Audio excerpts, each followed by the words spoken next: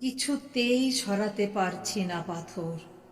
ম্লান, অপমানিত, লাঞ্ছিত মুখগুলি, গৃহহারা, সর্বহারা, ক্রন্দনরত মুখগুলি অবিরাম চুরি করে আরাম।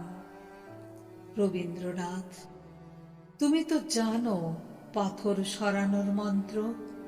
যতবার তোমার বুকে চেপে বসতে চেয়েছে কঠিন পাথর, ততবার তুমি সেই পাথরকে সরিয়েছ।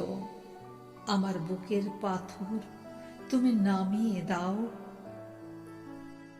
সময় হারিয়েছে তার সবটুকু লাবণ্য। সময়ের গায়ে বিকৃতির দাগ, অবিচারের ধুলো, পাপের নোংরা। মানুষ কেমন যেন বদলে গেছে, চিনতে পারি না তাকে। হারিয়ে ফেলেছে সে বুকের নদী, ঘুরে বেড়ায় আগুন নিয়ে, বিষ ও বালুচর নিয়ে। কেমন যেন ঘাতকের প্রতিচ্ছবি, কেমন যেন প্রতারকের প্রতিমূর্তি, কেমন যেন মনুষ্যত্বহীন কঙ্কাল। রবীন্দ্রনাথ, তুমি মানুষকে বিশ্বাসের যোগ্য করে তোলো, না হলে মানুষকে মানুষ ভালোবাসবে কি করে? বদলে গেছে আমার স্বদেশ, ভোরের বাতাসেও বিদ্বেষ। শিশুও দিতে পারে না অমল শান্তি, ফুলের দিকে তাকাতে ভয় করে, তার বুকেও বুঝি নষ্ট মধু।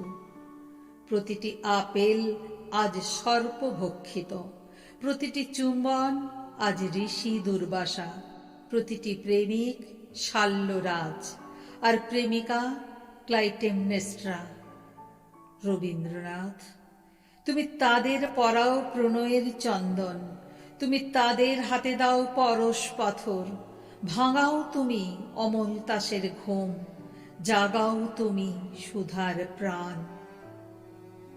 একদা জালিয়ানওয়ালাবাগ হত্যাকাণ্ডের বিরুদ্ধে যেভাবে লিখেছিলে প্রতিবাদ, একদা রাখি বন্ধনে বেঁধেছিলে যেভাবে সহস্র মানুষকে, সেভাবেই সামনে এসে দাঁড়াও। আশ্রয় দাও রবীন্দ্রনাথ, ছায়া দাও, শান্তি দাও।